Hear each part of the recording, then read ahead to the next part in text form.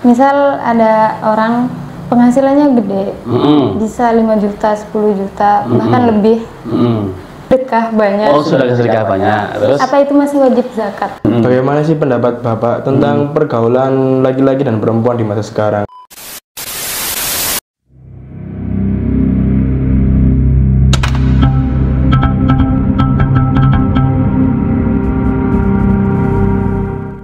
Assalamualaikum warahmatullahi wabarakatuh. Kita kembali di podcast Nandur Becik. Dunia becik, akhirat AP. Nah, ini kita kembali lagi di podcast yang inspiratif ya. Hari ini kita kedatangan tamu dari UINSA Surabaya. Beliau adalah dua mahasiswa yang cukup potensial ya di Fakultas Ekonomi Bisnis Islam ya. Yang pertama, saya suka manggilnya Mbak Maya, tapi nama panjangnya siapa tadi, Mbak? Baina Fijrina Inayah. Baina Fijrina Inayah. Hafal nggak kira-kira para pemirsa ya? Hah? Silakan catat nomor IG-nya ya. Yang satunya lagi Mas Muhammad Surobil Ilmi, betul? Iya. Iya. Satunya ini hobinya makan bakso, satunya makan hati. Enggak ya, kamu makan hati ya. Satunya nonton katanya ya. Ini pemuda-pemuda yang cukup potensial di UINSA yang hari ini sedang menempuh pendidikan di UINSA dan sekarang lagi magang di Las Persada Jatim Indonesia. Gimana nih kita mau ngobrol-ngobrol apa nih, Mbak Baina atau Mbak Maya ya? Jangan panggil Baina, katanya biar agak sedikit, katanya agak sedikit keren gitu, panggilnya Maya ya. Ya, oke, silakan, gimana? Ada yang mau bisa kita ngobrolkan nih, Mbak Maya? Gimana? Gini Pak, gimana? misal ada orang penghasilannya gede, bisa 5 juta, 10 juta, bahkan lebih. Tapi per bulannya sudah zakat banyak. Sudah sedekah banyak. Oh, sudah sedekah banyak. Terus apa itu masih wajib zakat? Oh, begitu ya. Jadi orang mana nih, Mbak, kira-kira?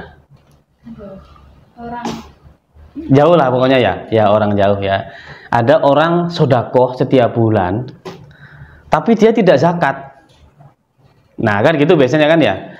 Apakah dia itu wajib zakat? Nah, bagaimana statusnya kan gitu.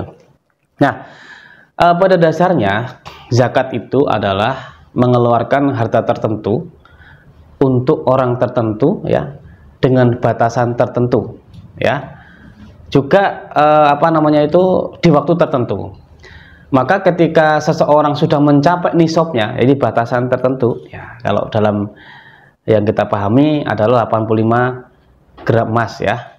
Nah, ketika sudah mencapai 85 gram emas dalam setahun haul, maka dia wajib zakat. Gimana kalau ada orang sedekah tapi dia nggak zakat? Kalau dia sudah mencapai nisab dan kemudian dia itu tidak zakat, maka hukumnya dosa.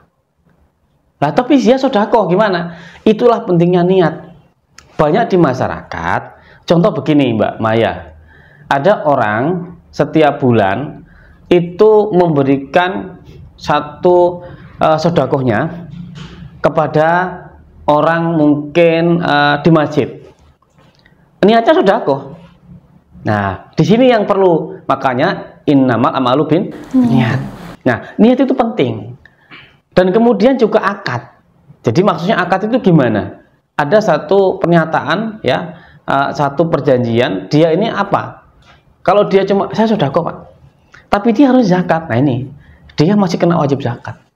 Kenapa? Karena niatnya tadi bukan lagi zakat. Kalau dia sudah mencapai nisabnya ya, maka kemudian dia wajib zakat. Jangan sampai orang ini contohnya saklabah. Dari mulai dapat punya 2 kambing, kemudian sampai punya 40 kambing, dia tidak zakat. Ini bahaya.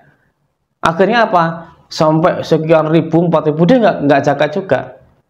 Nah, ini nggak boleh.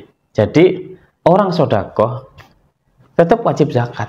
Kenapa? Karena dia sedekah itu hukumnya bisa sunnah, hukumnya sunnah. Tapi kalau zakat itu hukumnya wajib. Maka dalam satu kaidah fikih bahwa sesuatu yang wajib itu ya hanya bisa diganti dengan yang wajib. Nah, sedangkan ini adalah zakat ini wajib. Maka orang yang punya uang sudah mencapai nisab, ya, kemudian dia kok tidak berzakat, tapi sedekah masih wajib zakat. Gitu Mbak Maya. Jadi supaya ini kita nggak salah berpikir. Banyak kan orang begitu, kadang-kadang banyak duitnya, gitu ya. Tapi kenapa dia nggak zakat? Mungkin begini Mbak Maya, dia tidak mendapatkan edukasi zakat. Nah, tugasnya para amil-amil ini kan ya. Nah, para amil-amil ini kalau nggak ngasih tahu zakat, nah ini, nah tugasnya ini. Jadi boleh jadi dia nggak tahu zakat. Tahunya sing penting apa? Ngewai, sing penting ngasih. Nah, amal itu nggak cukup Mbak Maya. Kalau nggak ada ilmunya, amal kebaikan aja belum cukup. Harus ada ilmunya. Nah, seperti itu. Meskipun dalam konsep kullu ma'rufin shadaqah, segala yang ma'ruf itu shadaqah. Tapi ketika sudah bicara zakat, maka hukumnya wajib. Gitu Mbak Maya. Gimana? Mungkin sudah sedikit agak punya pandangan ini. Iya, Pak. Ya, gitu ya, begitu. Kalau ada di fenomena begitu, ini sikap kita apa nih kalau kayak gitu? Apa yang kita lakukan ketika ada orang shadaqah tapi nggak mau zakat? Diingetin Pak. Diingetin ya. Pakai apa ngingetinnya Mbak Maya? Ngingetinnya pakai apa? Pakai, woi zakat ya, wah itu kita. Woi apa sih zakat ya? Gak tahu sedekah, gak tahu zakat ya. Sedekah tuh gak tahu zakat. Nah apa ngono?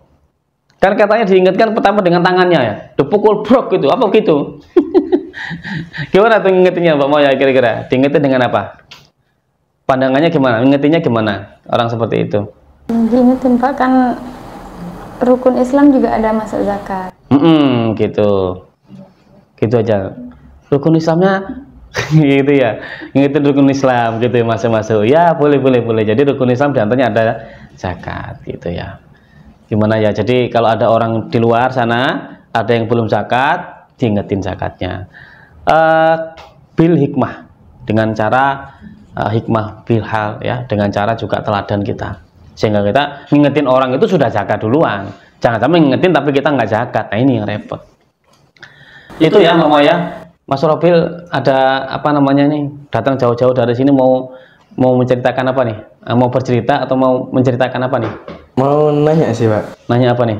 Kalau saya sih lebih ke pendapat aja. Bagaimana sih pendapat Bapak tentang pergaulan laki-laki dan perempuan di masa sekarang? Kan banyak nih di masa sekarang laki-laki dan perempuan itu kayak ibaratnya menghalalkan kayak yang seharusnya haram. Kayak misalnya pegangan tangan. Kayak umum gitu Pak di masa sekarang. Gimana? Iya. Mungkin ada satu dalih itu keakraban, kadang-kadang gitu ya.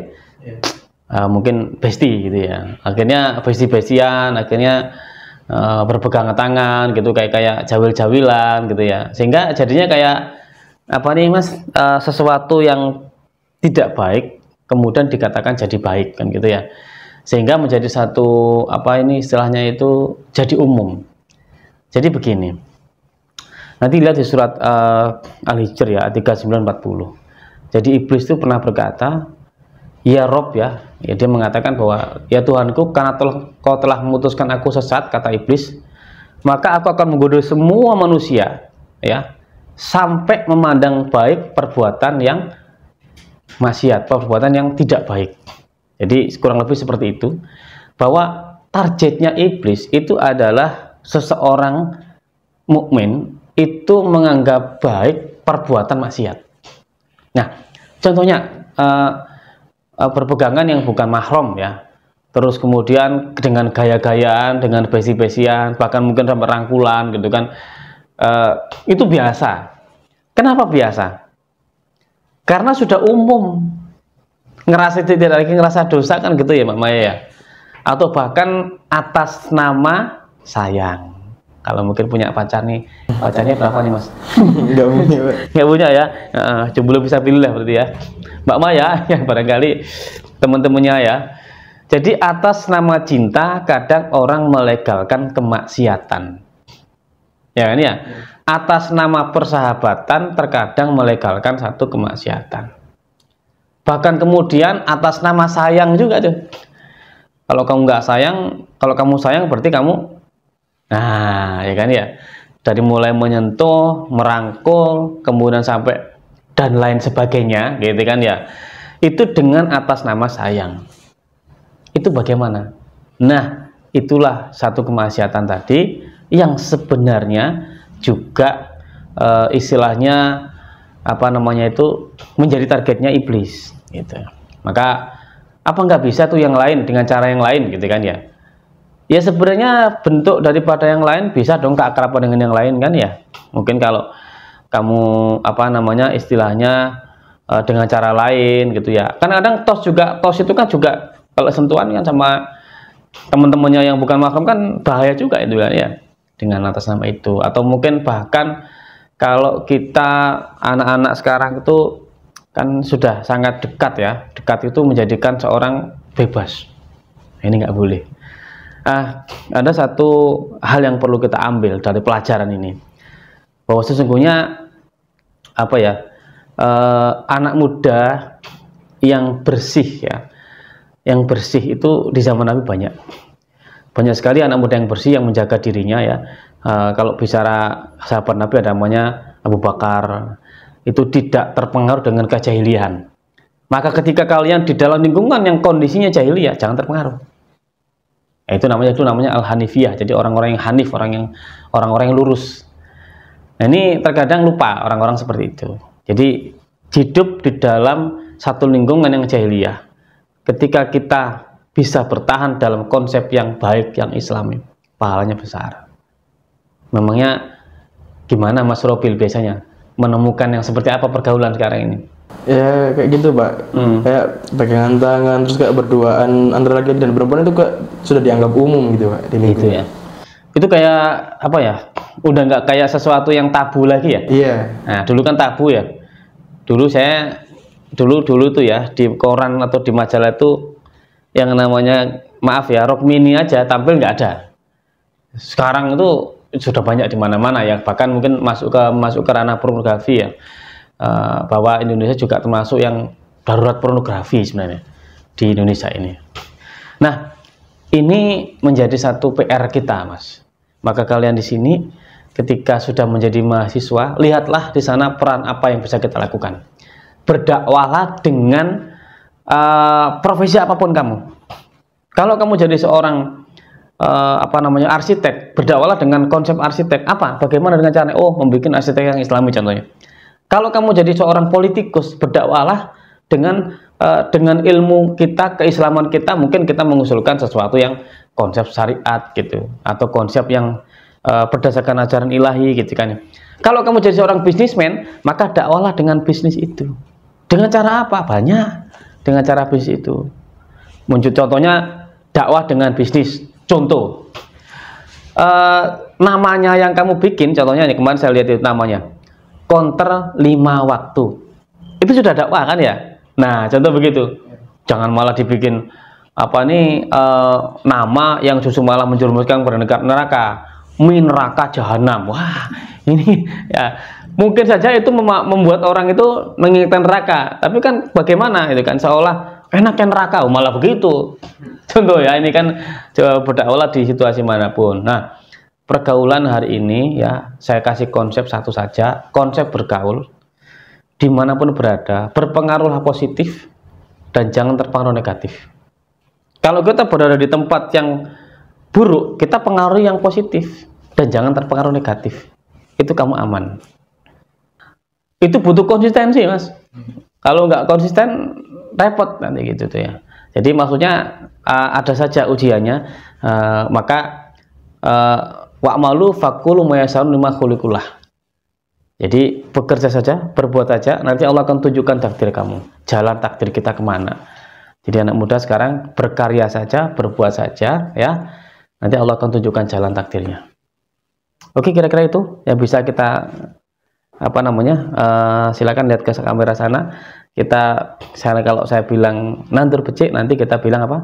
Nah, oke, nantur becik, dunia becik, akhirat api. Ya, terima kasih. Sobat Persada TV yang luar biasa, semoga semua sehat paripurna. Assalamualaikum warahmatullahi wabarakatuh.